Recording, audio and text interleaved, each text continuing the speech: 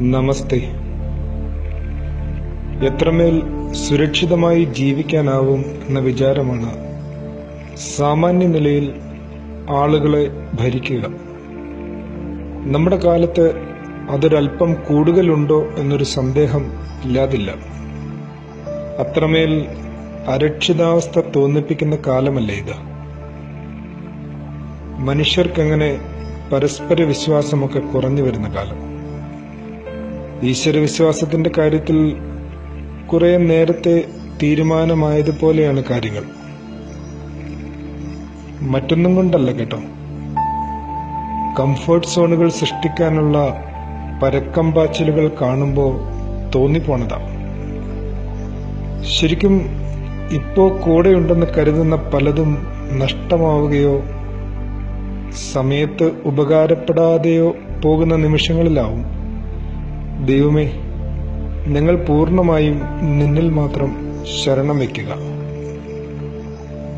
ദാ ഇങ്ങനെ വെറും പൊള്ളയായ നമ്മുടെ വിശ്വാസ ജീവിതത്തെ മെല്ലെ ഒന്ന് വലിച്ചു കീറുന്നുണ്ട് ഈ തവണയും അമ്മയോർമ്മ.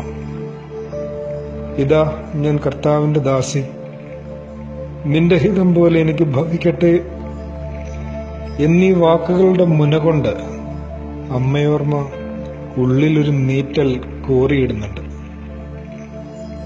ശരിക്കും ലജ്ജിക്കാനുള്ള വകുപ്പുണ്ട്. നമ്മൾ മന്ത്രം ചൊല്ലുമ്പോൾ മാത്രം വന്ന് നമ്മുടെ മാത്രം അന്നവസ്ത്രാദി മുട്ടുകളൊക്കെ തീർത്ത് മടങ്ങിപ്പോകുന്ന നമ്മുടെ ആ പഴയ കുട്ടിച്ചാത്തന്റെ ലെവലിലേക്കൊക്കെ ദൈവത്തെ ഇപ്പൊ നന്നായിട്ട് ഒതുക്കിയിട്ടുണ്ട് നമ്മൾ. അതും പോരാഞ്ഞിട്ട് നല്ല സെക്വേർഡായ ജീവിതം നൽകുന്ന ദൈവത്തിന് കൂടുതൽ ഫീസൊക്കെ കൊടുക്കാനും നാം തയ്യാറാണ്. പിന്നെ ഒരു ബലത്തിന് വിശുദ്ധന്മാരെ അവരുടെ പെരുന്നാളൊക്കെ സ്പോൺസർ ചെയ്ത് സന്തോഷിപ്പിച്ചിങ്ങനെ നിർത്താറുണ്ട്. ഇങ്ങനെ തീരെ കുഴപ്പക്കുറവ് ഇല്ലാത്ത നമ്മുടെ മതജീവിതത്തിലേക്കാണ് ആപത്തുകളുടെ ഈ കൂട്ടുകാരിയെ വീണ്ടും ഓർമ്മിച്ചെടുക്കേണ്ടത്. അമ്മ മറിയത്തിന്റെ കാര്യം തന്നെയാണ് സഖാവെ. ഗബ്രിയേലിനോടുള്ള സമ്മതവാക്യത്തിലൂടെ ഇമ്മാനുവേലിനെയാണ് അവൾ സ്വന്തമാക്കിയത്. മറിയം മറ്റൊരമ്മയുടെ അസാധാരണമായ പ്രാർത്ഥനയെ ഓർമ്മിപ്പിക്കുന്നുണ്ട്. മഹാഭാരതത്തിൽ നിന്നാണ്. പാണ്ഡവരുടെ അമ്മയായ കുന്തിയുടെ പ്രാർത്ഥനയാണ്. ഈശ്വര, ഞങ്ങൾക്കെന്നും ആപത്തുകൾ ഉണ്ടാകാനായി അനുഗ്രഹിച്ചാലും അപ്പോഴൊക്കെയും അങ്ങയുടെ ദർശനം ഞങ്ങൾക്ക് ലഭിക്കുമല്ലോ. ആ ദർശനം ഉണ്ടായാൽ പിന്നെ സംസാര ദുഃഖം ഉണ്ടാവില്ലല്ലോ. എന്താണല്ലേ വീണ്ടും അമ്മമാരൊക്കെ ഇങ്ങനെ ഒരുപോലെ കണ്ടിട്ടില്ലേ നമ്മുടെ വീടുകളിലും? ദൂരെയുള്ള മകൻ കൊടുത്തുവിടുന്ന സമ്മാനപ്പൊതികളിലല്ല ശരിക്കും ആയമ്മമാരൊന്നും സന്തോഷിച്ചിട്ടുള്ളത്.